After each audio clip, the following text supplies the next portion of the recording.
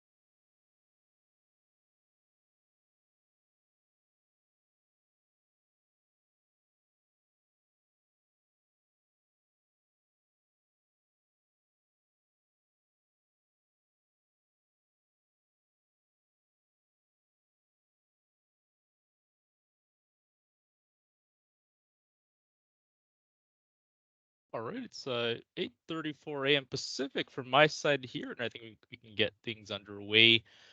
Greetings to our members, colleagues, and friends, and welcome to today's webinar hosted by the Canadian Hydrogen Association, the Italian Hydrogen Fuel Cell Association, and the Canadian Embassy in Rome. For those of you who don't know me, my name is Nico Soleri. I'm the Director of Operations here at the CHA, and I'm speaking to you today from Surrey, British Columbia, which is situated on the unceded traditional territories of the Coast Salish peoples, including the Katsi, Kwantlen, and Semyamu First Nations. This webinar will be discussing synergies between the Canadian and Italian hydrogen sectors and opportunities for commercial and research collaboration in both countries. Just to give you an idea in terms of the agenda, we'll have some introductory remarks from the Canadian Embassy in Rome, followed by presentations by our two national associations from Canada and Italy. And then we'll wrap things up with industry and research representatives from both countries providing updates on their activities. On housekeeping, please be advised that this webinar is being recorded, and a copy of the recording should be shared with members after today's session, if I'm correct, Tony. Um, we also encourage participants to enter their questions and comments in the chat section here in Microsoft Teams, and we'll have a Q&A segment following all of the presentations today. Now, without further ado, I'd like to introduce our first speaker, Her Excellency Alyssa Goldberg, Ambassador of Canada to Italy, San Marino, Albania, Malta, and permanent representative to the United Nations Food and Agriculture Industry Agencies in Rome, to provide some introductory remarks. Over to you, Ambassador Goldberg. Thanks very much, Nicola. Buonasera a tutte e a tutti in Italia. Good morning to all of our colleagues across Canada. Bonjour à tous et à toutes. Je suis vraiment contente de vous voir ici aujourd'hui. It's really great to have you all participating in today's webinar. Let me first just say quickly a huge thank you to the leaders of the Canadian and Italian Hydrogen Associations, Iveta Vera Perez and Dina Lanzi. Really thank you. Also Executive Directors Nicola and Christina. I'd also like to thank my embassy team, including our in-house expert, Patrizia Giuliotti. I am especially excited to be able to open this conversation today between CHA and H2IT, because I see so much potential for cooperation on this file between our two countries. And when I arrived in Italy about 2.5 years ago, hydrogen was actually amongst one of the first issues that I worked on with my team. I've met with Italian and Canadian industry. I've participated in roundtables with Italian parliamentarians. I've visited Italian research centers of excellence and hydrogen valleys across the country. So I'm very aware of the potential that Italy sees in its own hydrogen capabilities, as well as the long-standing capabilities that exist in the Canadian context. And so while it's great to see how this conversation between our two countries has evolved and matured in a really positive way, I hope that you'll agree with me that it's time that we build on this strong foundation with some very concrete initiatives moving forward. In that respect, last week, I had the great pleasure of attending the G7 ministerial meeting on climate, energy and environment in Torino, alongside Ministers Guilbeault, Canada's Minister for Environment and Climate Change, and with Michael van der Grift, Canada's Deputy Minister for Natural Resources. And we had terrific discussions with Italian industry, NGOs and researchers, with Italy's Minister for Environment and Energy Security, Gilberto Pichetto Fratin, all on how can we think about advancing the Canada-Italy bilateral relationship as it relates to energy transition. Minister Pichetto Fratin, I do have to say to our Italian colleagues on the line today, specifically mentioned hydrogen as an area for our respective future collaboration. And he underscored the work that was being done by our two respective hydrogen associations to finalize an MOU. And I do want to say that this commitment to the MOU and the cooperation that I hope that you'll talk about today, I wanted to put it in the wider context of conversations that are happening at the highest levels between our two countries at the moment. Our two prime ministers are very keen to see our countries work more closely together in order to achieve our net zero ambitions. And they both underscored that in Toronto when they met a couple of weeks ago. I was in the room. I spoke with both of them, and they're very serious about seeing us collaborate on this file as we go forward. Specifically, you would have noticed that in their joint statement, Prime Ministers Trudeau and Prime Minister Maloney identified energy security, working towards a sustainable energy future and climate change amongst the specific priorities that they see for greater cooperation between Canada and Italy. And they tasked their officials, including their ambassador in Italy and the Italian ambassador in Canada, to develop a roadmap for enhanced cooperation. And we're working towards trying to finalize that roadmap for cooperation in time for June, when both leaders will be together in Puglia for the G7 leaders meeting. And so in this spirit of trying to move ahead our roadmap for Canada-Italy enhanced cooperation, I'm really keen to try to identify some strategic areas where Canada and Italy can benefit from one another's innovative work on green transition and on sustainable economic growth, to the benefit of Canadians and Italians, but I think to the benefit more broadly of those around the world. And there's no doubt that hydrogen is clearly one of these areas. The scale projected for global hydrogen demand, as you both know in your associations, over the next couple of years is frankly enormous. And so this is really an opportunity for our industry, our industries plural, across a variety of sectors to really move ahead on clean tech and clean innovation. And I'm really proud to see where Italy, where Canada, and other European partners are playing in this space. We're taking leadership roles in prioritizing and advancing the hydrogen sector. International cooperation, without a doubt, is going to be absolutely essential if we're going to be able to secure the kinds of technological advancements, as well as the sustainability and security of supply chains that we're all hoping to be able to achieve. And I would just say in parenthesis here that these kinds of efforts, this kind of cooperation, and certainly Canada-Italy cooperation has definitely been enhanced by the Canada-EU Comprehensive Economic and Trade Agreement, also known as CETA, or in Italy, CETA. CETA gives businesses preferential access to and excellent opportunities for growth in both the EU and in Canada. And CETA covers almost all sectors and aspects of Canada-EU trade so that we can reduce or eliminate unnecessary trade barriers between us. And so that has important positive implications for the work that we're trying to do together in the hydrogen sector. For its part, and you'll hear about this over the course of the next few hours, Canada has committed to a hydrogen economy. And we feel we have all of the ingredients necessary to develop a sustainable and competitive one, including that we have in place a national strategy, we've got the technical expertise, we've got leading products and services in the clean hydrogen and fuel cell sector that we believe can propel us forward. And obviously, as Ambassador to Italy, I'm committed to encouraging a strengthened, practical set of initiatives and cooperations between Italy and Canada in this sector. And so today's webinar is really, for me, an excellent next step in our journey and in our conversation, bringing together all of our experts, that's you, and companies from both sides of the Atlantic. And so I'll just close there. I don't want to take up too much time, but I'm going to leave you with a challenge. And the challenge is that I'm really hoping that over the course of today, you are going to identify some very specific areas where Canada and Italy can work more closely together, where we can integrate such action into our June announcement of the Canada-Italy Roadmap for Enhanced Cooperation, and then allow that to give us a platform for cooperation over the next 3 to 5 years. So thank you again for connecting today, for contributing to the discussion. Grazie mille a tutti e buon lavoro. Grazie. Thank you very much, Ambassador Goldberg, for those opening remarks. And I think I can say on behalf of the industry, challenge accepted. We look forward to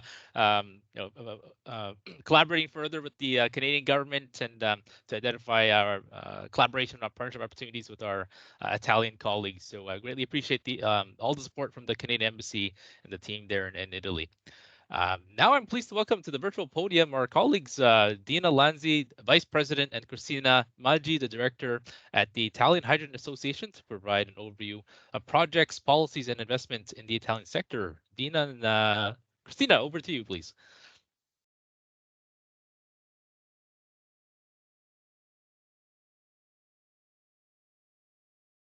Just might be on mute there. Yeah. I was in mute, sorry. Cristina is sharing the presentation. First of all, let me thanks again everybody for the collaboration and for the organization of this very interesting meeting, and the ambassador for the words that was very clear on the moment that hydrogen is in this period is facing. So in Europe and in Italy, the attention and the interest of hydrogen is continuously growing, and also very concrete and very concrete actions and support are happening both in Europe and in Italy. So I would say that the time for hydrogen is now. So very good to have also Canada in this table. For us, it's very important. As you will see in the next slides, we will present our activities with foreign countries where more and in Europe. So we are very, very happy to open also to countries that are outside Europe. And Canada is, I would say, one of the first that we are meeting. So it's very good for us, this collaboration. Let's introduce me very briefly our association. So we bet on hydrogen some years ago. We started to bet on hydrogen in 2020 with just 47 members. Now we are 159. And the association cover all the sectors involved in hydrogen, in the hydrogen value chain. For sure, big energy companies, big companies for materials, equipments, but also medium and small enterprises, research centers, and technological cluster. And we are part, as I said, of Hydrogen Europe, as we are quite active in Europe. Just a few words on our main activities. So I will go to the second slide. Yes, and the role of the association is mainly to discuss and to try to enable the development of hydrogen in Italy through the strengthening its role at national level. So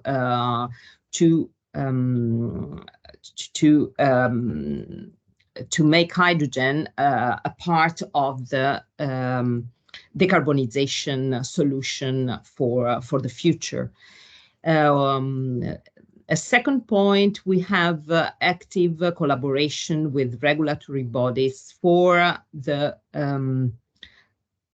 technical framework, regulatory framework, and incentive framework. As we know that in Italy, to start this economy, we need some incentive to make this fuel competitive with the fossil fuel currently used in industry, mobility, and so on.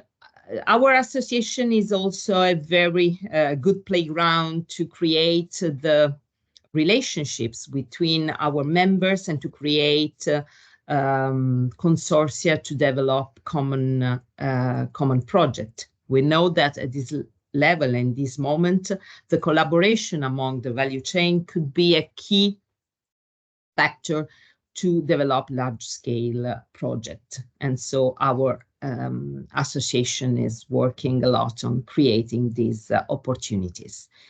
For sure, we are investing also in training and information and to improve the develop of hydrogen and also the competitiveness of the hydrogen in the energy mix. I would go also on what we do with the cooperation through the cooperation in hydrogen sector with other mainly European countries. We are creating a network at EU level, in particular through the activity of Hydrogen Europe, that is quite active in hydrogen in the hydrogen sector in Europe. Sharing policies in the countries, in European countries, is very important because we are at the very beginning of the creation of the regulatory framework to enable and to create the condition to make hydrogen competitive. And so exchange policies and ideas how to create the right condition to develop hydrogen could be a way to fast that development at European level. So we do this through the creation of workshop and networking meetings and moments of interchange among associations and among companies. Another activity that is very important in creating the new routes how to develop hydrogen is to create conditions that are similar in every countries, and to create conditions that can allow the development of hydrogen in all the European countries in particular. And this is, for example, crucial for mobility, to have a coordinated creation of network and infrastructure for hydrogen in the mobility sector is something very strategic and very important to create among the member states. I will close my overview on the activity the association is doing at European level with another initiative, the European Hydrogen Backbone. So the creation among the TSOs, so the gas operator, of a 100% hydrogen transport transmission network, a pipeline.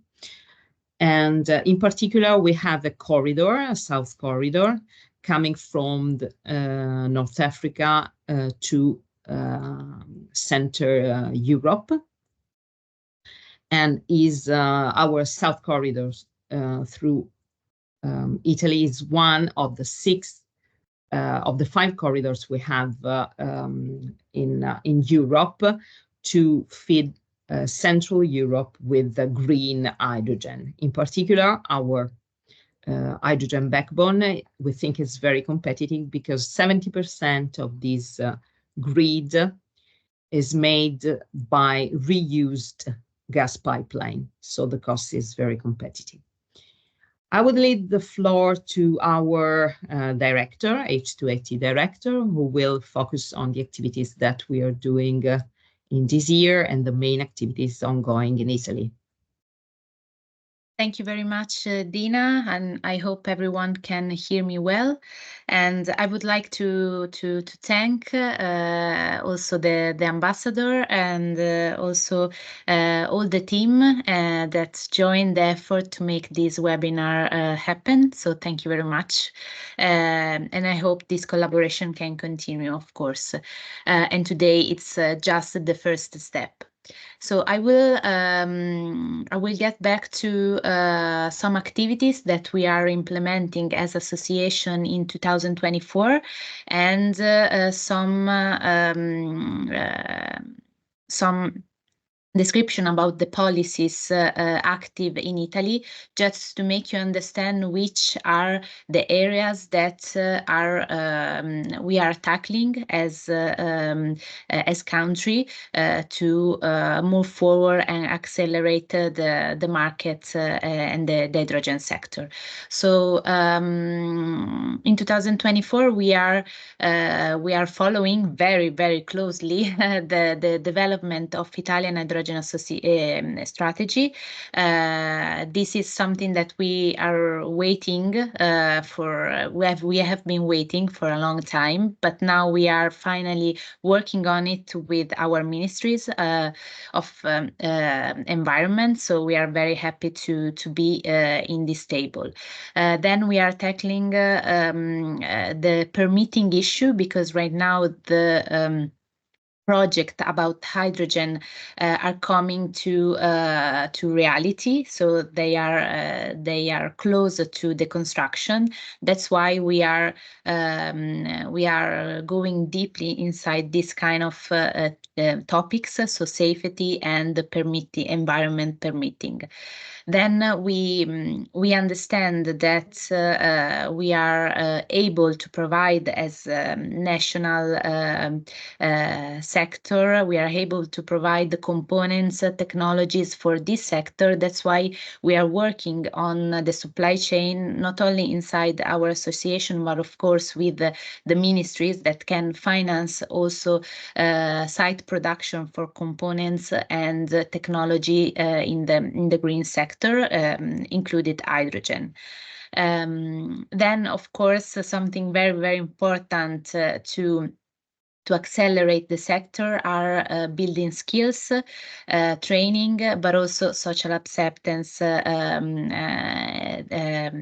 social level. So with the communication and with our activities, we are trying to reach not only companies, but also the society, of course, because they will be very close to the hydrogen project. And then, as Dina already showed you, we are opening to other markets and other countries to enable synergy between the different countries, because we think really the competitiveness is coming also with cooperation and sharing of skills and competence. So at Italian level, I will show briefly what is happening. So thanks for the Resilient Recovery Facility Plan after COVID, Italy got a lot of funds in this plan, and some of these funds were put on hydrogen, exactly 3.64 billion. Across the whole value chain of hydrogen, so from production to the use of hydrogen. We will see later which topic are the main topic funded. After we are developing updating actually the National Integrated Energy and Climate Plan, that is actually receiving the objective of the Renewable Energy Directive number 3, and we are going to approve it before July 2024. Then in green, you will see the things that are happening but are not yet defined. So the hydrogen strategy, as I said before, is a table, and we should have it, at least we hope, in June, July 2024. And also we are waiting for an incentive mechanism that is launched by the Ministry of Energy and Environment, and it will be very, very important because it will give some funds regarding operative cost, not only just capital expenditure. So this will give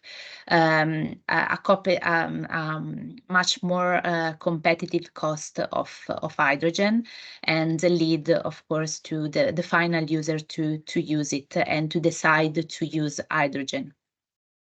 And in this framework, of course, Italy is also trying to fill the gap about regulation and normative. So as association and with the companies and with the research center, we are working to fill all the gaps to have a clear and defined normative framework.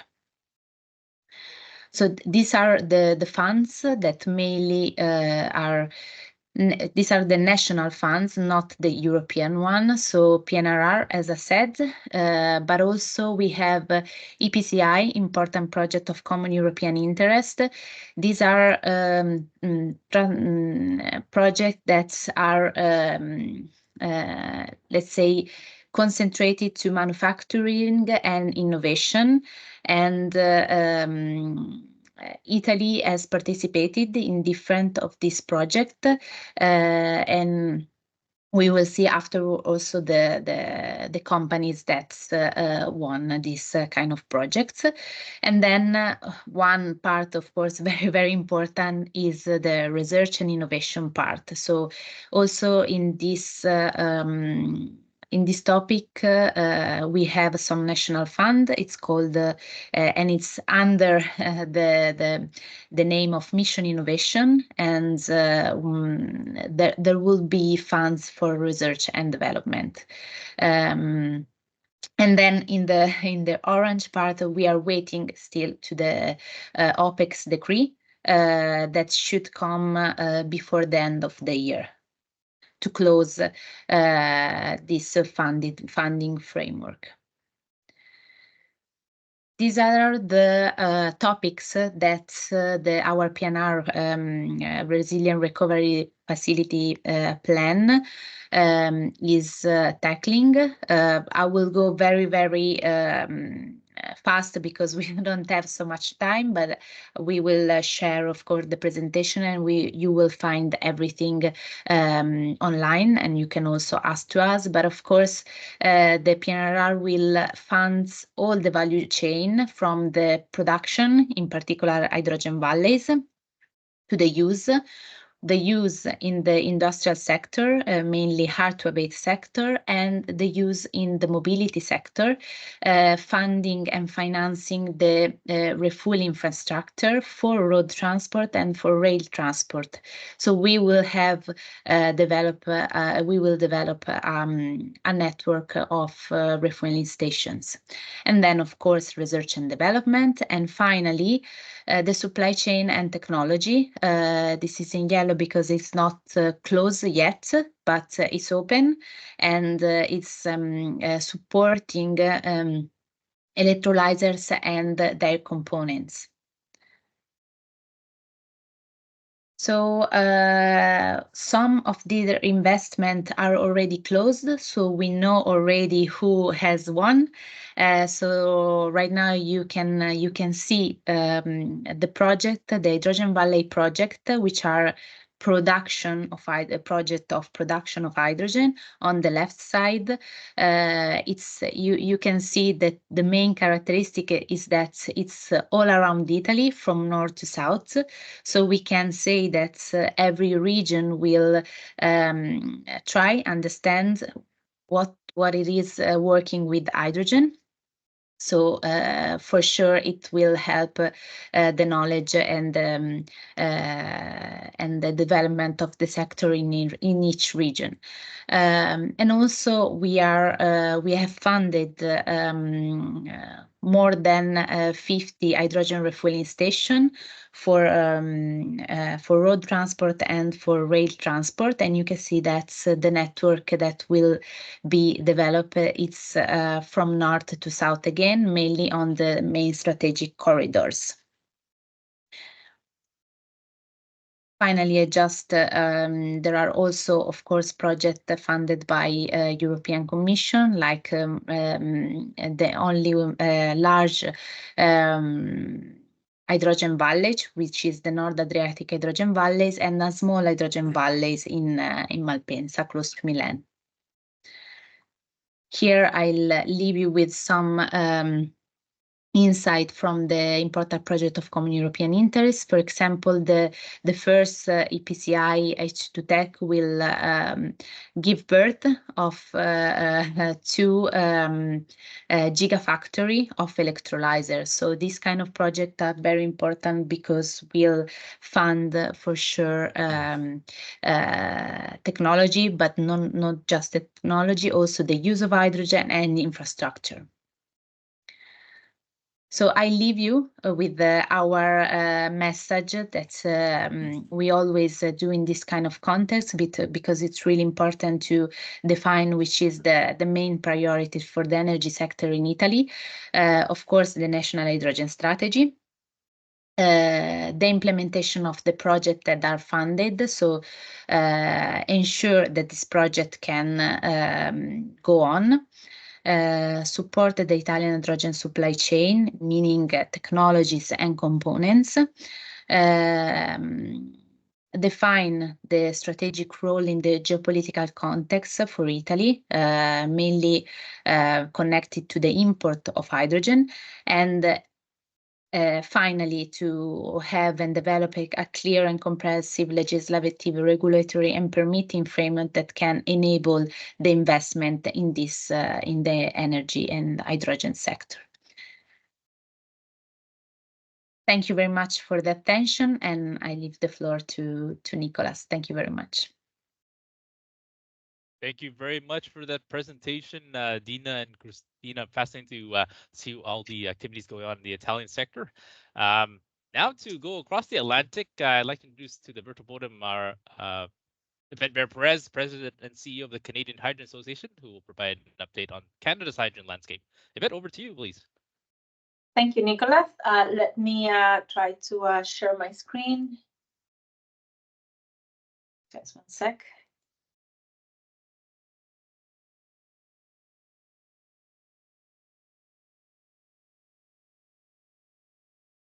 Good. Hi, everyone. Thank you for joining our webinar. Thank you to our participants. Thank you to our ambassador to Italy for the opening remarks, and to our colleagues at our sister organization in Italy. My name is Yvette Vera-Perez, President and CEO at the Canadian Hydrogen Association. I wanted to tell you a little bit about our association, and let me know if you see the slide coming in. Nicolas, I see it in blank. So I'm not sure if it's working. Do you see the slide? It's appearing blank on my end of it. I just see our logo up in the top corner. Right. Yes. All right. So let me find another way. Okay, there you go. I think the previous slide doesn't show somehow, but all right, take it from me. It shows our beautiful members, our association at some of our events with government. So who are we? Canadian Hydrogen Association. We strive to be a unified voice for the Canadian hydrogen sector.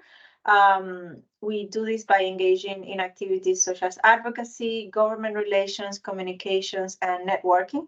Just last year, we did 8 international trade shows for our members. So these are international trade shows. Rotterdam, for example, will be next week. And we bring our members with us as co-exhibitors. And the objective is to provide B2B opportunities. So good opportunities, for example, to engage with Italian companies in this trade show coming up in Rotterdam. We do engage very heavily with government, both federally and locally, regionally.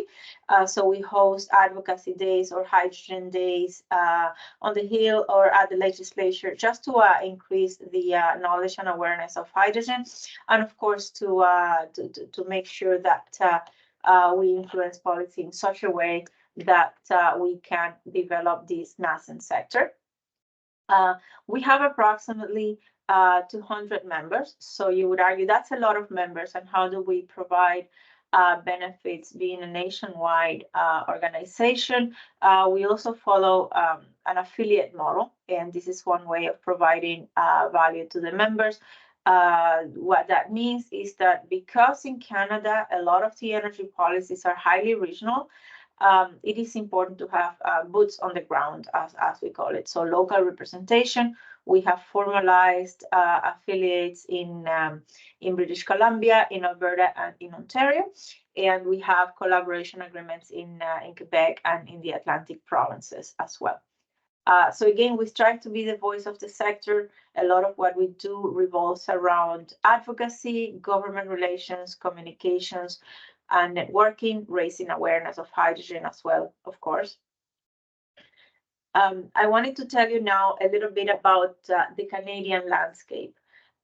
So Canada is a very large country, geographically speaking. In terms of footprint, it is not a densely populated country.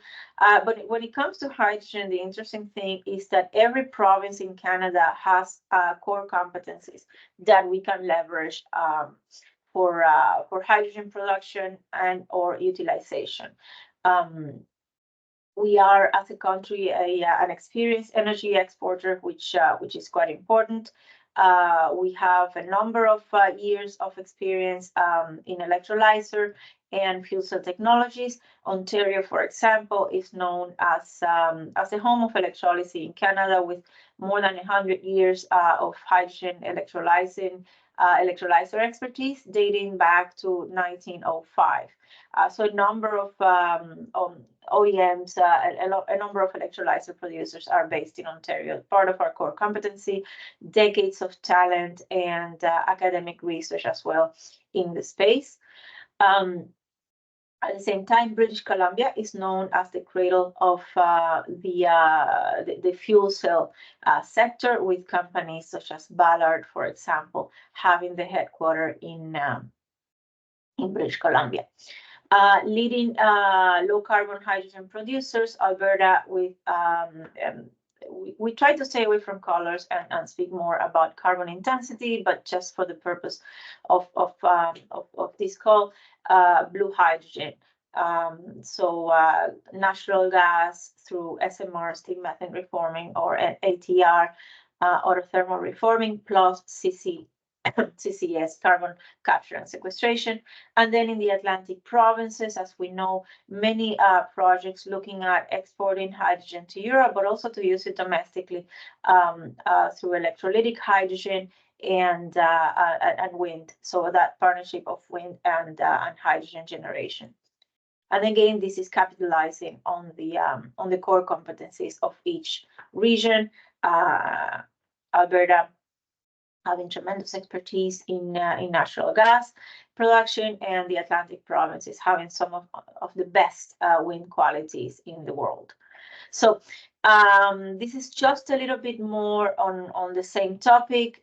Western Canada, if we think about from the exports perspective, there is a focus on the Asian market, but there is also a tremendous focus on domestic production. In Alberta, there's what we call the 5,000 vehicle challenge, which is just bringing online 5,000 vehicles, hydrogen vehicles. We recently had some very successful testing of trucks running between Edmonton and Calgary. That's about a 3-hour drive both ways, and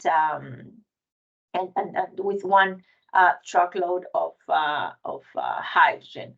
It looks like my computer is having trouble today showing nice fancy pictures, but these little stars, so this is a representation of Canada, and you would have been able to see in the map where all these projects happen. So not sure what's happening today, but imagine West Coast here on the left, on my left, and East Coast on the right, and then you would have seen a map of Canada right there. So there's a lot of activities in Western Canada, also exploring the benefits of pyrolysis, methane pyrolysis, with a number of our members focused in this activity, with quite a lot of successes in in a very short time frame. Then Central Canada, again, the cradle of electrolysis, a lot of considerations regarding domestic use, also exploring the angle of the Great Lakes region and how do we collaborate with the US. As you know, the US put $7 billion going into establishing a number of hubs.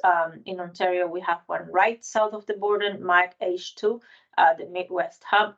So collaborating and discussing how do we benefit the states and provinces across the Great Lakes? How do we look to decarbonize some of the most polluting corridors in North America, in this case, the Highway 401.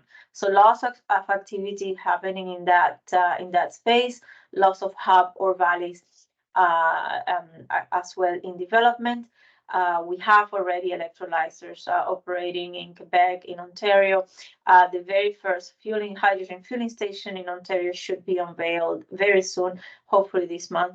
And there's also others in the works that would also involve return to base type of vehicles. So lots of activities and lots of learnings. And then finally, Atlantic Canada, lots of activities. Just last month, we were in Germany as well, working with Vice Chancellor Habeck and all the projects, the Canadian proponents, looking to develop offtake deals.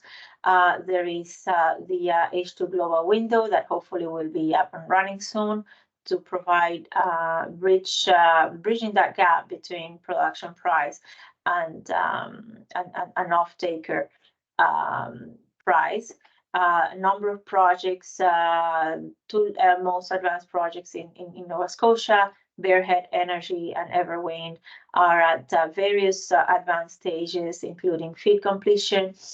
Newfoundland project with World Energy GH2, just the province this month provided the project environmental assessment release. So of course, lots of work to do, but lots of progress achieved as well. So just a little bit in terms of supporting mechanisms and policies in Canada. So there's a suite of investment tax credits that have been launched, and the little graph to the right shows the various times at which we're hoping to see them legislated. There's the Clean Hydrogen ITC, the Clean Tech ITC, the CCUS ITC, the Clean Electricity ITC. There's also the Clean Manufacturing ITC that you don't see here. So lots of potential support for projects, but at the same time, some complexities. So we're working with our members and our tax partner, in this case, Deloitte, to help identify optimal structures and optimal ways of projects to maximize their credit. This is a tax credit, so it's based on capital expenditure. It is not a production tax credit. Export Development Canada, EDC, provides tremendous support to projects looking to export technologies as well. Some very recent success stories of funding from EDC. There's the Clean Fuels Fund. There's also the Strategic Investment Fund. Canada Growth Fund is an interesting one with $15 billion, not just dedicated to hydrogen, but in general to incentivize private sector investment. There's a large portion that we're hoping that goes into hydrogen. And finally, the Canada Infrastructure Bank. So it is a somewhat complex landscape, but there is different mechanisms to attract investments to companies. And part of our focus is to help our members navigate, understand policy,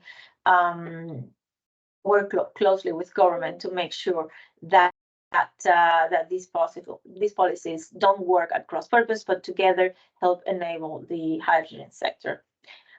With that, I'm almost finished. I just wanted to draw your attention to something that actually could benefit both Canadians and Italian companies.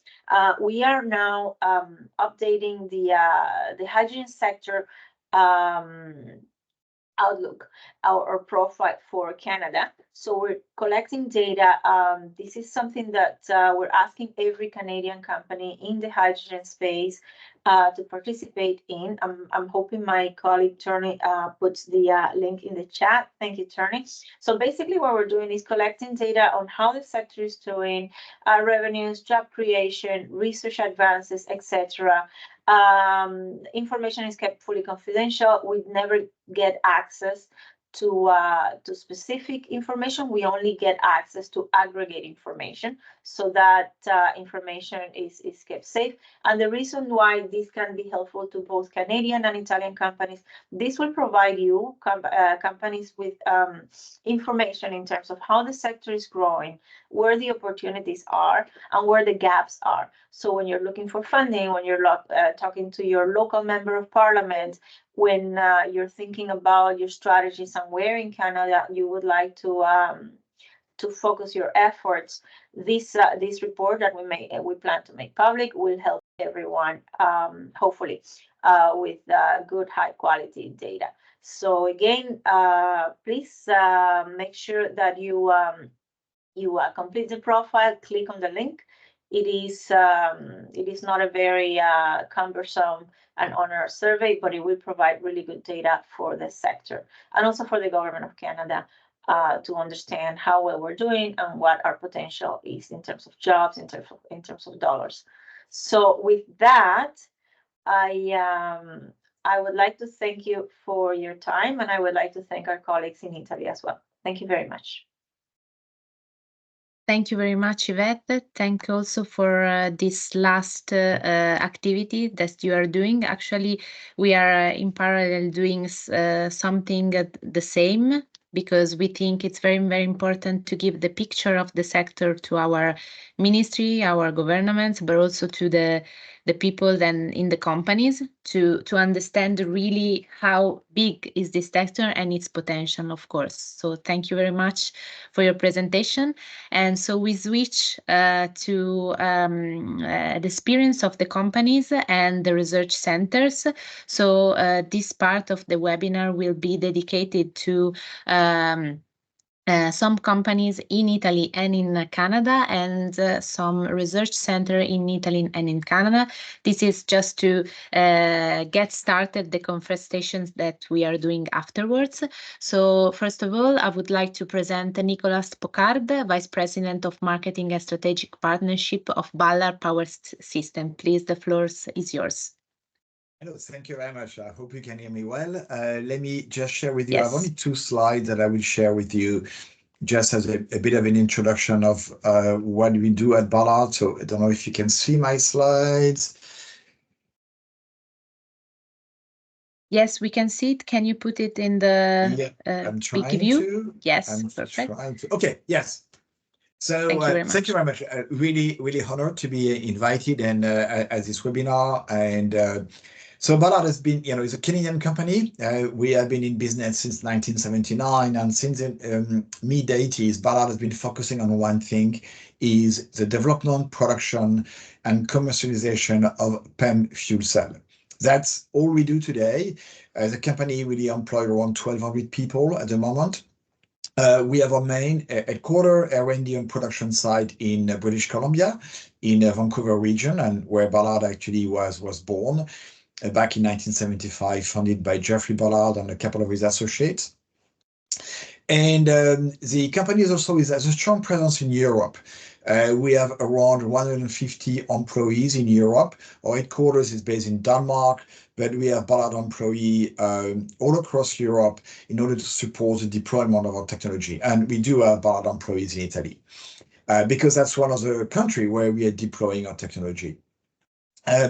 Basically, Ballard focus on developing fuel cell products and fuel cell engines for many heavy-duty applications. So we believe this is where hydrogen provides the most attractive value proposition for mobility.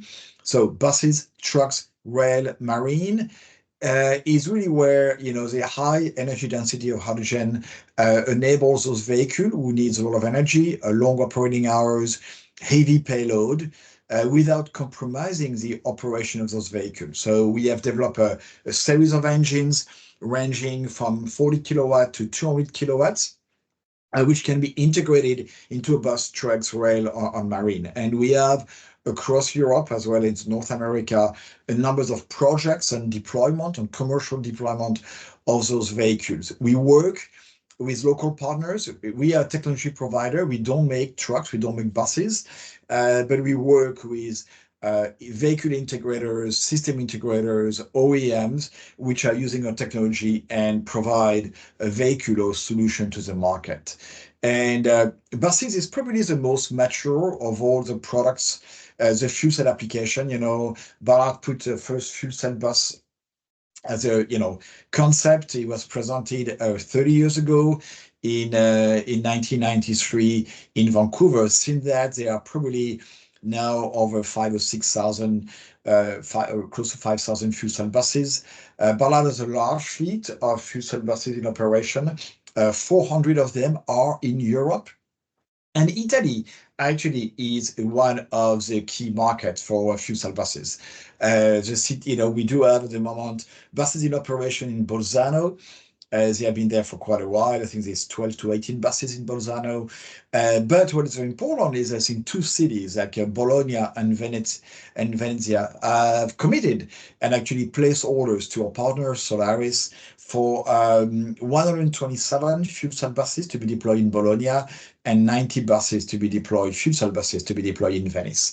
So very important. I think Italy seems to be one of the really champion of the deployment of some of the technology. So we are very excited to have our products and technology being rolled out and be on the roads of Italy, and working with our partners to provide servicing to those buses to make sure that the experience of the customer is really good.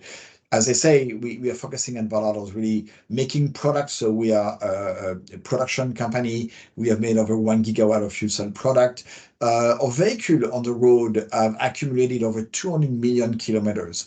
And that's really unique because we have a lot of experience how fuel cell will behave, how we will age, what are the challenges, and how do we address them in our products to try to continue to improve the performance of the products. And most importantly, I think this is the number one priority we have as a company. How do we reduce the cost of the technology? So fuel cell electric buses, fuel cell electric trucks, or marine vessel can be competitive and can provide a path to transition to zero emission. So really focusing a lot on innovation, product industrialization, scaling up so we can drive down the cost. And I will finish with a picture of the Solaris buses. Fuel cell bus, where the fuel cell actually is installed on the rooftop of the vehicle. So on the roof of the vehicle, you have the hydrogen tanks as well as the fuel cell. This one is an articulated 18-meter bus, but Solaris also offer a 12-meter buses, and both of those vehicles, a 12 and 18-meter bus, are actually already in operation in Italy in Bolzano, and will be both vehicles will be deployed in Bologna and Venice. So. They are very exciting to see Italy being a champion of the deployment of fuel cell electric buses and hopefully other applications. So we are at Ballard very excited to support that, to work with our local partners to make sure that those deployments are successful, but also that we are trained. I think the training and sharing, knowledge transfer from our products, so the local operators, the technicians from Bologna, Venice, or Bolzano can actually maintain the products, operate the product in the best condition. So we're organizing training and making sure that we have that transfer of knowledge, because that's how the technology deployment is going to be successful. Okay, that's what I wanted to share today in a few minutes, to see where we are on our journey and how we have seen some of the technology developed in Canada when being deployed in Italy. Thank you very much, Nicolas, and also for being in the 7 minutes. It's perfect. And so I give the floor to Paolo Stagnoli, Italy side, so Sales and Marketing Director, EAF and LF at Tenova. Please. Hello, nice to meet everybody. So good morning, good evening, whatever applies to you. I'm a part of the Tenova Group. Tenova Group is itself a part of the Tekin Group that is today one of the 20 largest steelmaker in the world. This being Tenova is within is the technology incubator of a company having the largest share of revenues from the production of steel. Unfortunately, the production of steel is one of the sectors that is most responsible for emissions of greenhouse gases in the world.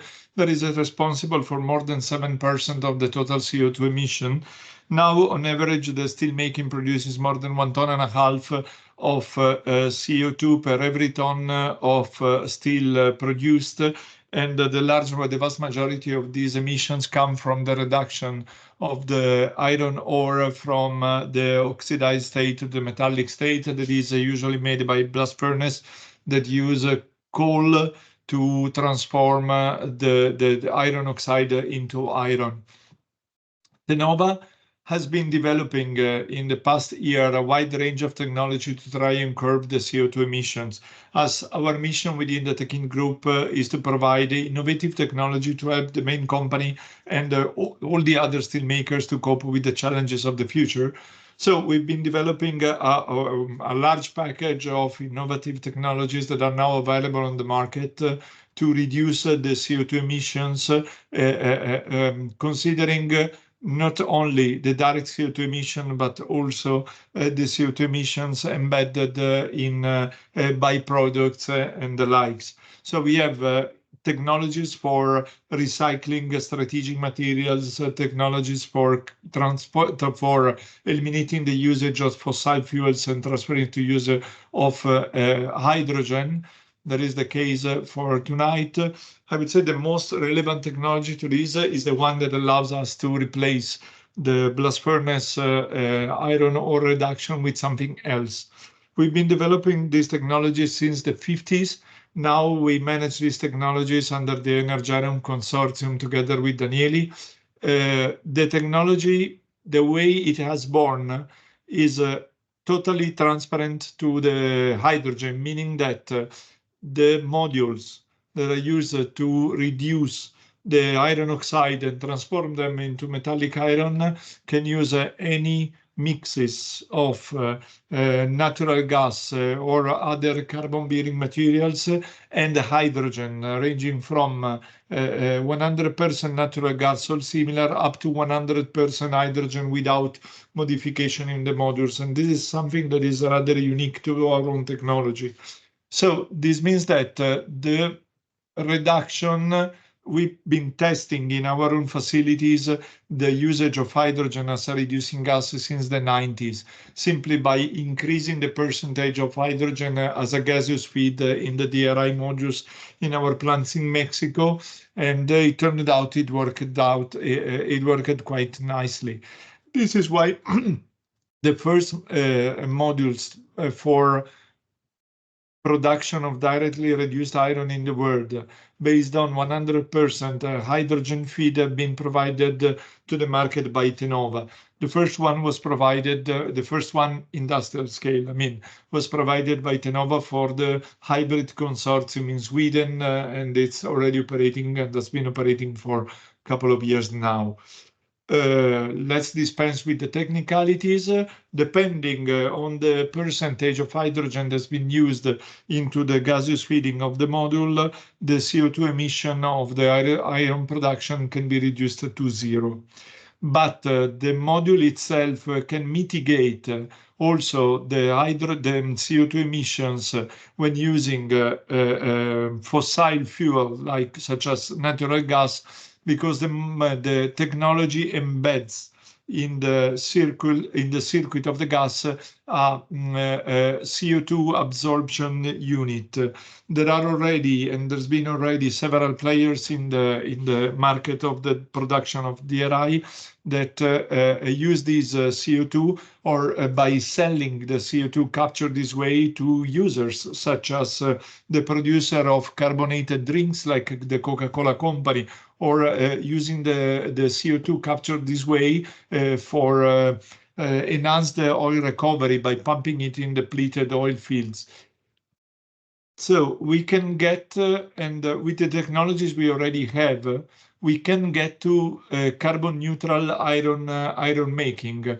The enabler for this iron making carbon neutral is, of course, the availability of hydrogen, because the production of DRI on industrial scale, the largest module available on the market, can produce 2.5 million tons of DRI pellet per year. The amount of hydrogen they would need to produce using 100% hydrogen, so in order to be 100% decarbonized, is equivalent to an installed power of 1.2 gigawatt. That is not industrially available as of now, but the enabling technology it's already there.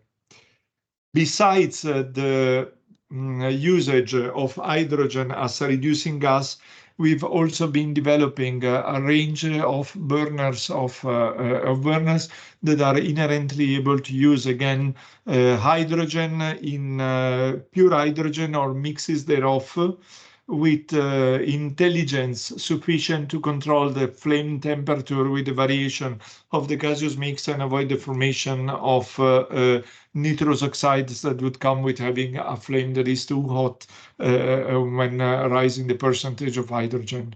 So Tenova is also developing hydrogen experimental project with hydrogen production and using, sponsored by the Italian government and by the European Union. There's a testing facility for hydrogen burners here at our premises. And we are underway with the installation and startup of a medium-scale hydrolyzer with the Italian company De Nora. So here we are. Thank you very much. I've been also in the 7 minutes. Perfect. Thank you very much, Paolo. And so we switch to Research Center, and I introduce François Girard, Program Advisor, Hydrogen Technology of the National Research Council. Thank you very much. Good day, everyone. I'm going to pull out my presentation and just ensure here that it's showing on the screen. Yes, we can see it. Thank you. Good, thank you. So I'll try to stick within the 7-8 minutes. A lot of things going on, obviously, but first, knowing that probably not everyone is familiar with NRC, I just want to say that the National Research Council is the main federal government R&D lab. This said, in the hydrogen sphere, other departments like Natural Resources Canada has labs involved in hydrogen, Transport Canada, Environment and Climate Change Canada as well, among others. How we do deliver value at NRC is through research, but also we have an industrial research assistance program that provides funding for small and medium enterprises to innovate. We have labs across the country, 14 research centers, 179 buildings overall. Our budget is about over $1 billion. And we do R&D collaboration and help over 8,000 small medium enterprises. NRC has been established in 1916, and since then has been involved in significant innovations through the years. One that was dear to my heart personally was in the 1950s, the invention of the pacemaker, as well as the electric wheelchair, as I always thought about these eventually might have a fuel cell in them. That was early in my career. The Canadian space program stemmed out of NRC, and so on. And so we keep on innovating, following the needs of industry. So we do have a mandate that is threefold: it's to advance scientific and technical knowledge, to support government policy objectives, and support business innovation. Hence the high interest to be part of the Canadian Hydrogen Association to hear about what businesses are needing. Where does NRC fit in the innovation ecosystem? We are not a university. We are really at the intersection of universities, public sector, and industry, mostly looking at problem solving for economic benefits, as we are reporting to Industry, Science, and Economic Development Canada. So so that helps to position the conversation when we discuss with partners. We have R&D locations across Canada, specifically in Vancouver, where I'm based. Strong 20 plus years, 25 years really of work in hydrogen technologies as well as batteries. Activities in Ottawa related to aerospace and transportation are relevant to this conversation today. And in terms of advanced manufacturing, there are some activities as well. So I will go very fast on those, but so the way that NRC positions itself with hydrogen is we don't have a sole focus in a program on hydrogen, but hydrogen is integrated into 4 different programs as of today. And so I'm going to go very quick on those. The first one is called Materials for Clean Fuels, entering its final stage of life before we decide what to do, renewing or changing some focus, but part of it is focused on advanced material discovery, CO2 conversion and hydrogen production, focusing on next generation materials. I would say the cornerstone of our activities resides mostly on the Advanced Clean Energy Program, where hydrogen component of this program focuses on enabling the use of zero fossil GHG hydrogen in Canadian economic sectors, considering water and biomass as the main feedstock. You may say, where is the natural gas, given what Yvette mentioned about the interest in methane pyrolysis? Natural Resources Canada's lab are focusing on the natural gas conversion into hydrogen. We have our focus on the zero fossil GHG hydrogen production. Then on the transportation side, we have two programs focusing, one on ground transportation, and part of that is the focus is being to accelerate the transportation electrification through hydrogen. Also, batteries are very important in that program as well. But the hydrogen component is focused on mostly heavy-duty vehicles and rail, system integration, and looking at challenges to overcome in that area. Whereas the other program is focused on aviation and is looking at the demonstration, the integration of hydrogen technologies, whereas in ground or onboard technologies, looking at propulsion and power generation, but also keeping in mind that for aerospace, safety is paramount. So there is a lot of work done around the technical part of integration, but the safety and regulatory requirements for different class of aircrafts.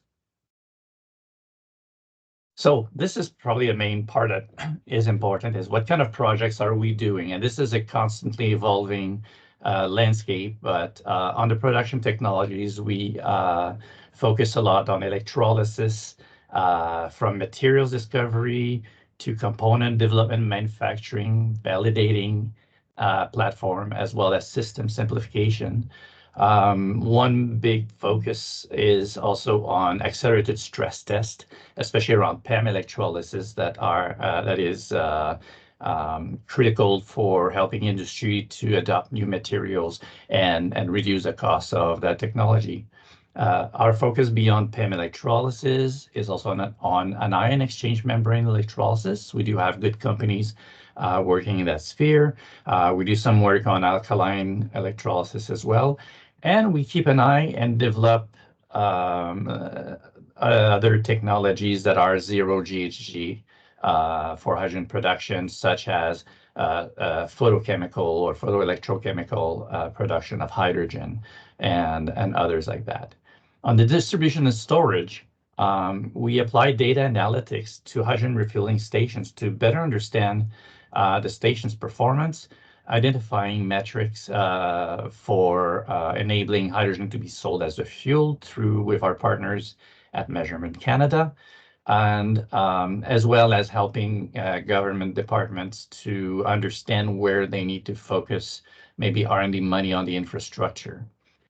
We have done several years of work for light-duty vehicles. We are moving towards heavy-duty vehicles as well. And we also developed machine learning to accelerate commissioning of hydrogen refueling stations. On transporting hydrogen, which is very important as production may happen at one place and the usage of hydrogen in another place, to transport large volumes, pipelines are looked at as one of the solutions. So we are working on qualifying pipeline materials and presence of hydrogen, whether blended with natural gas or eventually with pure hydrogen, as well as the other components to the pipeline, that is connectors, valves, compressors, and so on, and developing solutions to mitigate that. Also developing technologies to monitor the structural health of that infrastructure. On a conversion technologies, we do a little bit of hydrogen combustion, mostly in our aerospace research center, but also we have been looking at dual combustion of ammonia with diesel and hydrogen is coming to play as well in our combustion lab. Hydrogen storage is actually another area we're studying for mostly transportation applications. We have a strong background in hydrogen safety that we're using across the value chain. Fuel cell has been part of our work since the early 2000s, so focusing on components, PFAS replacement or recycling are areas that are emerging. Then we have system integration into vehicles as well as route modeling for fleet optimization. Beyond that, and in support of that, we have an important project on life cycle analysis to develop a methodology to assess carbon intensity of different hydrogen production technologies. So we are working with the CHA to bring that to industry as the more realistic data, the better the methodology that feeds into Natural Resources Canada's assessment for various production pathways, also in front of the IPHE to reach a global consensus about carbon intensity measurement with Environment Canada in regards of their own overall modeling that influences policies such as the ITC that Yvette mentioned earlier. As well as another big project is we are looking at gap analysis in codes and standards across the hydrogen value chain, looking at what's there, what's not there, how to address this. And this is a very important piece of work that is also in conjunction with the Codes and Standards Working Group for the hydrogen strategy deployment at the federal level.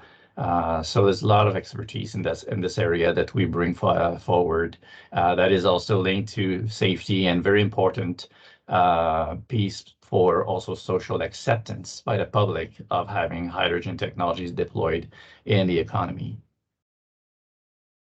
I will not bore you with this here, just to show you, again, another snapshot of hydrogen-related research capabilities that exist across NRC, mostly around Vancouver, Ottawa, Montreal, and Mississauga in Ontario, around production, distribution, storage, and conversion and end use.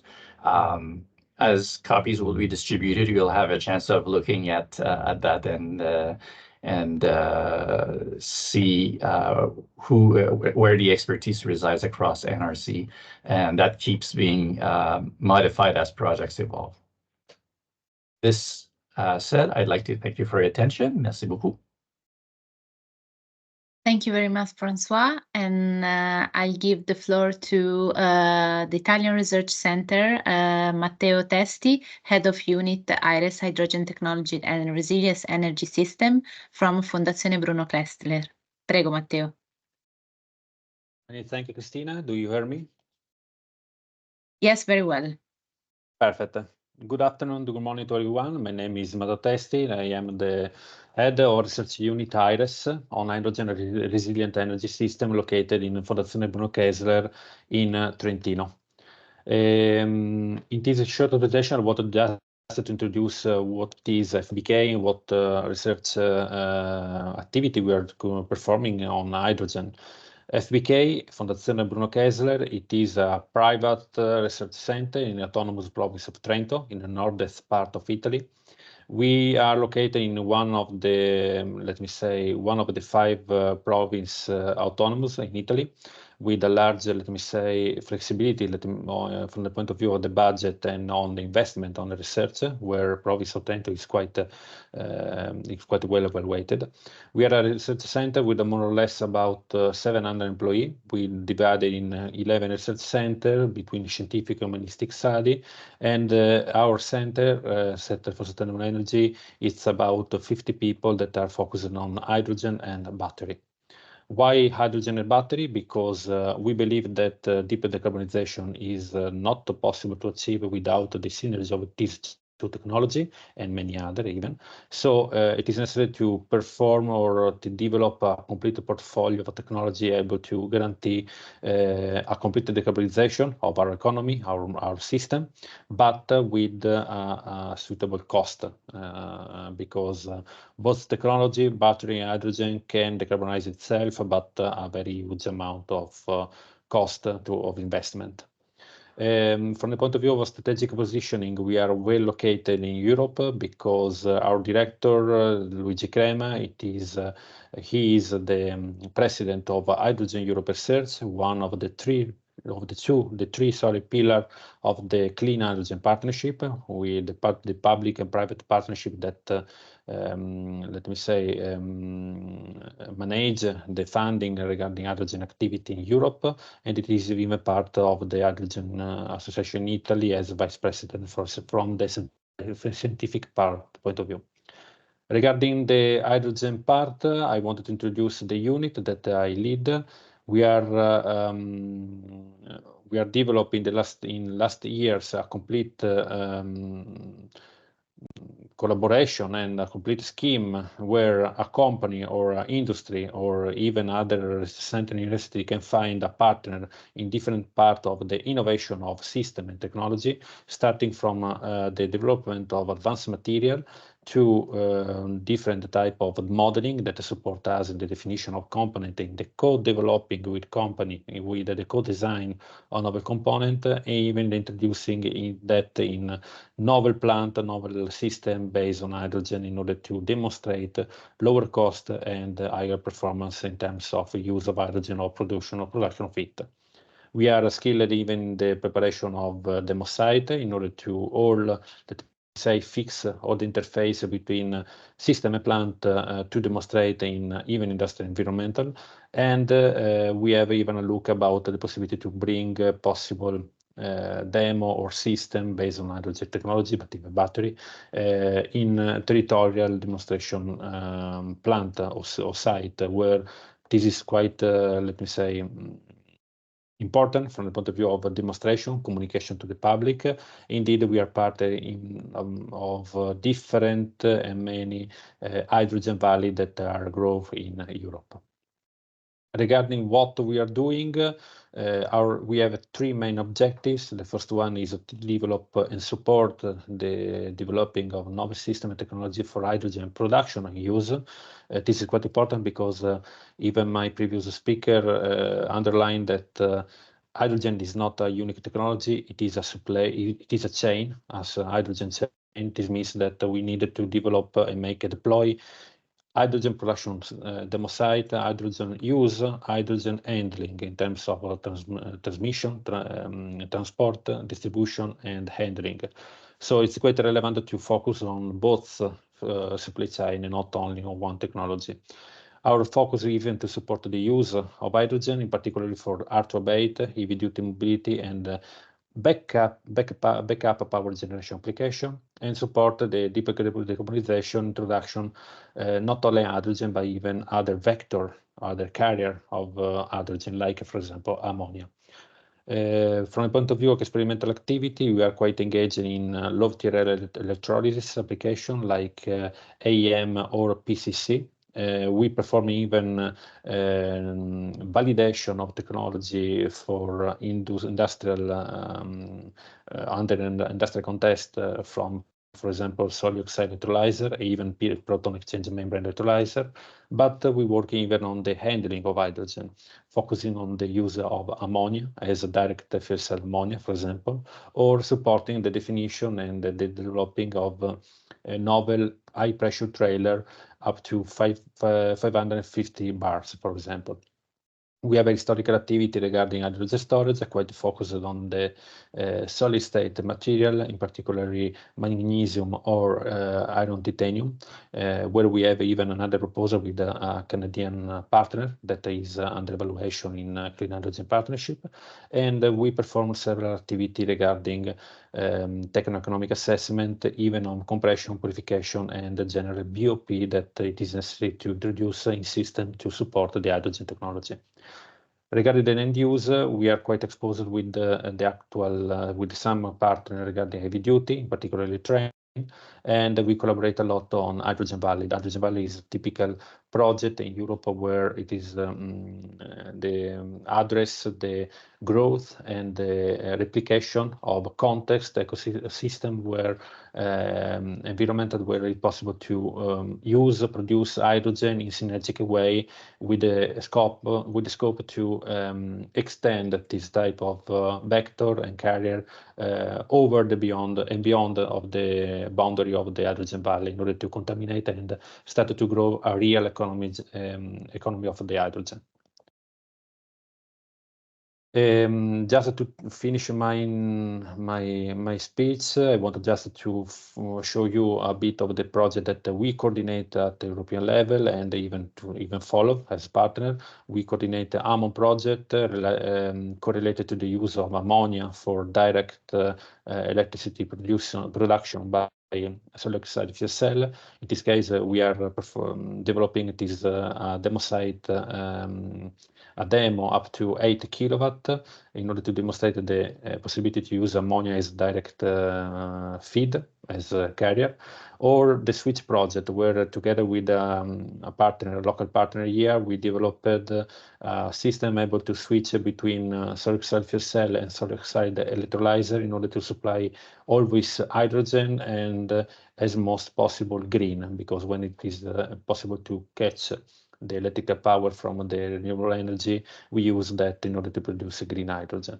We are part even about in Prometeo project, project coordinated by Enea, another the biggest research center here in Italy, public research center.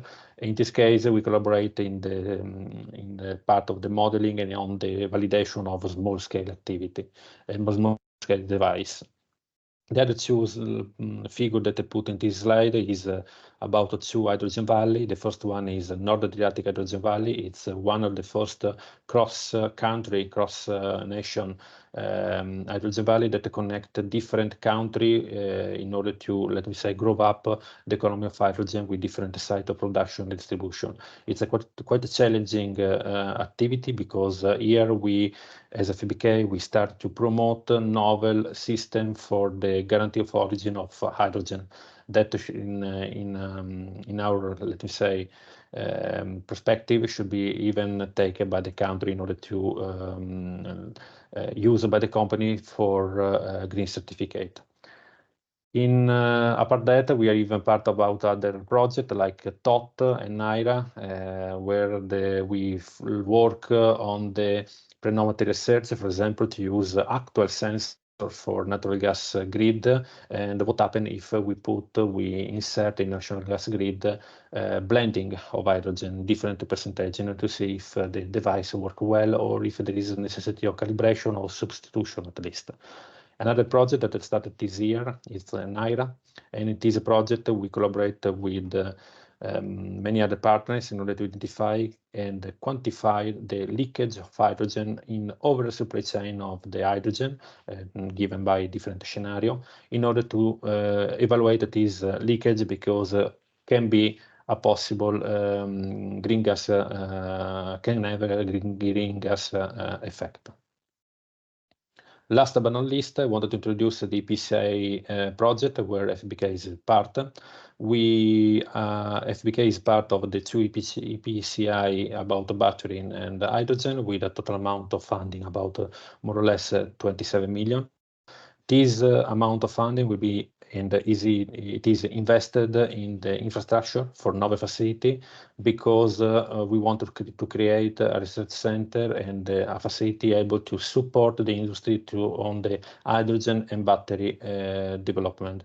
We believe a lot about that. In particular, we believe about the coupling of the two solutions, even for to supply different services to the company, including durability test, which is something that is quite hard to find for Nove technology, and supporting the company by our let me say, first investment in the facility and even on the operational cost for the durability of even megawatt scale electrolyzer.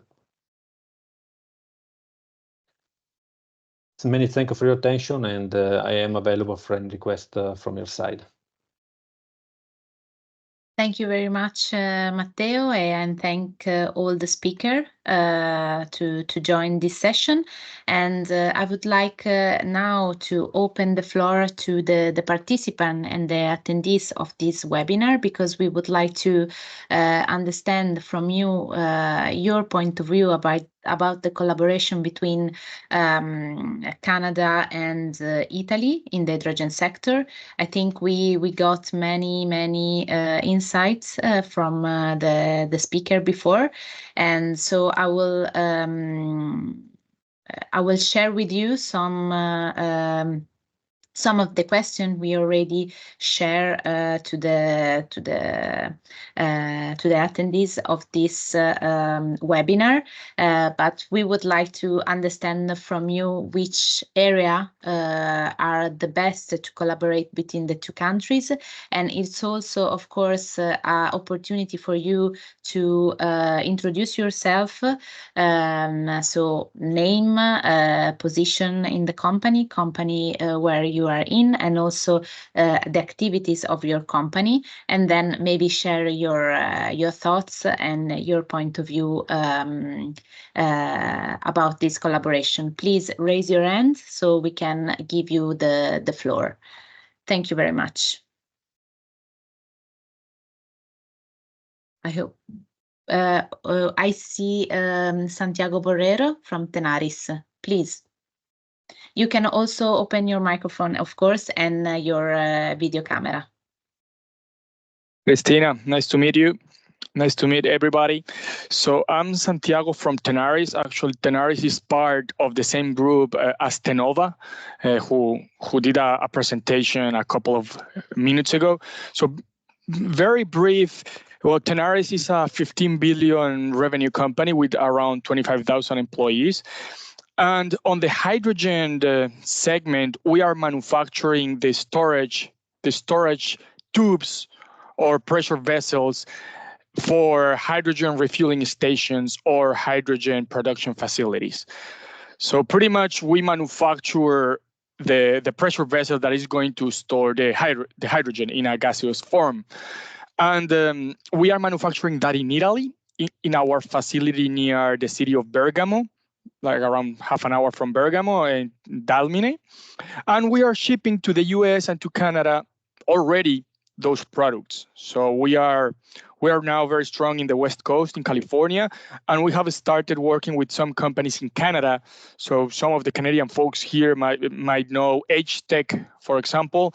So there are some companies that are building refueling stations for trucks or cars.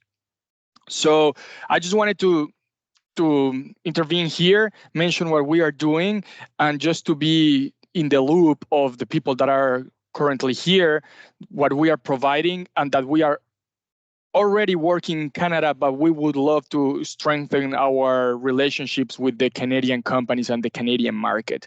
So anything you need, I can send Cristina my contact details or put it in the chat. I don't know how this is going to work, but I think one important fact or variable for the memorandum is to link companies like us that are manufacturing in Italy, for example, these storage components, to the demand side, to the companies in Canada that would or might require this type of equipment. It's equipment that is very specialized. So just putting together both sides, I think that could work. Thank you. Thank you very much, Santiago. And also you pointed out also the two final usage, I mean, the industry side and the mobility side. I think on both we can collaborate with Canada, because we are both developing a network of hydrogen refueling station, of course. So that would be really important. Thank you very much.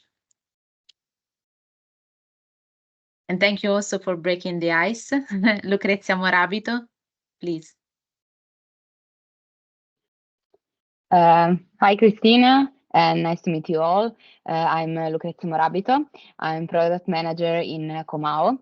Comau is a global company that support other companies to increase the degree of automation of their production. And in particular for hydrogen, we are following many customers to scale up their production of electrolyzers and fuel cells in Europe, in China, and in US. So this is an occasion for me to present come out to present myself, and Cristina has all the contacts. So if someone of you wants to deep dive or analyze their production to understand if it's suitable for any form of automation, including robots, vision systems, and like that, I'm here to support you and start a collaboration, a discussion. Thank you very much, Lucrezia. And I think it's very important also to share best practices.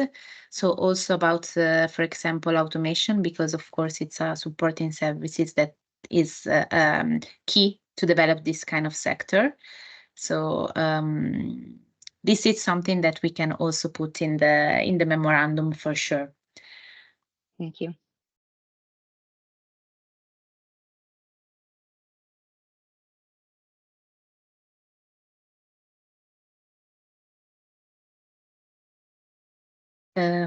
Michela Erika, please. Hi, hello to everyone.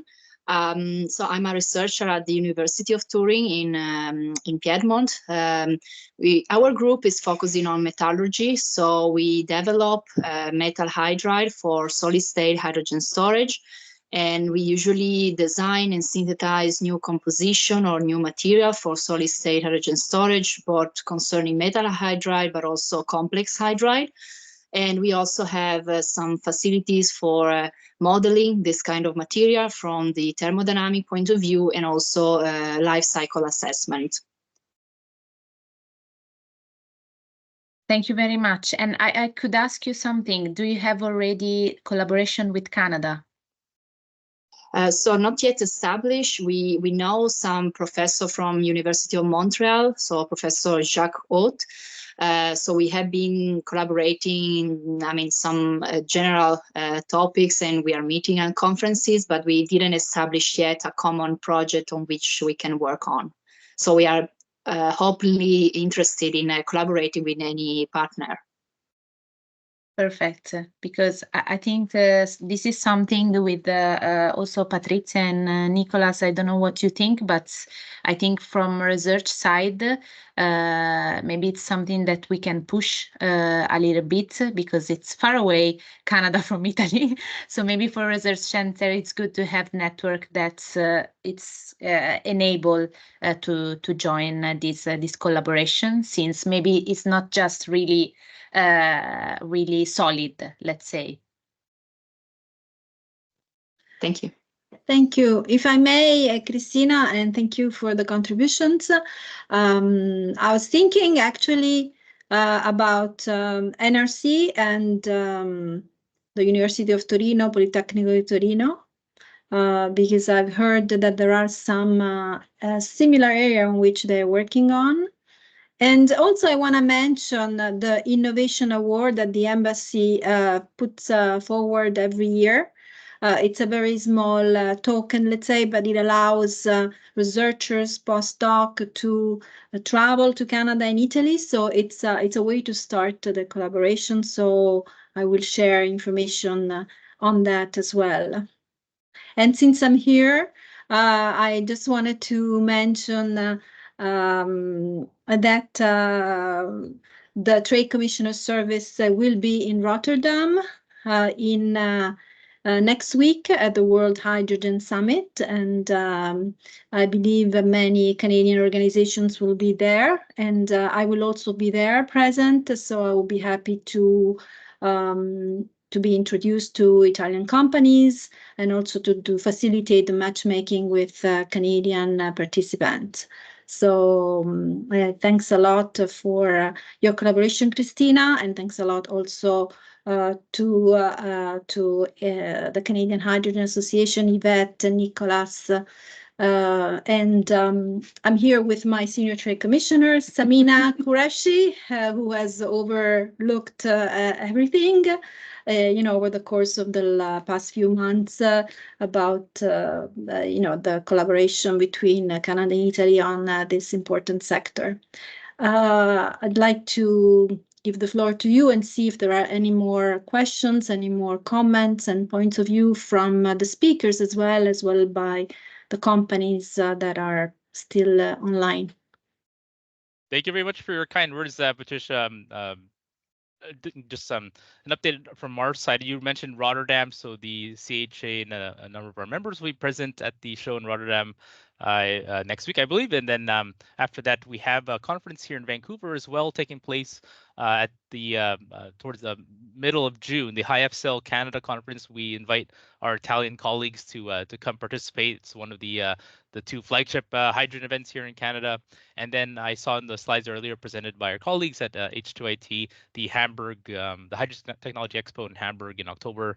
The CHA will also be there, and we'll work with our colleagues on the Italian side to develop B2B matchmaking. So just want to flag that for everyone's reference. Thank you.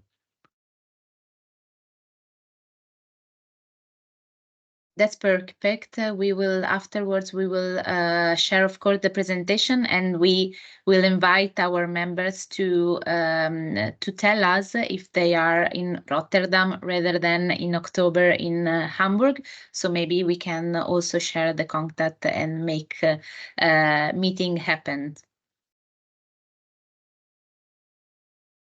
Are there some other comments or suggestion, of course, for the collaboration?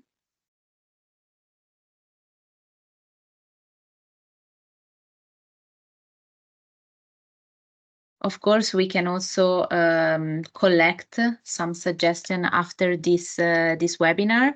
And I think, as Nicolas said before, we can also share the registration, because for us it's 7 o'clock and some of the Italians are already maybe to dinner. I don't know dinner, but going to that. So maybe we can share the registration and collect more and more suggestions from our side and from your side, of course. Maybe there is something in the chat.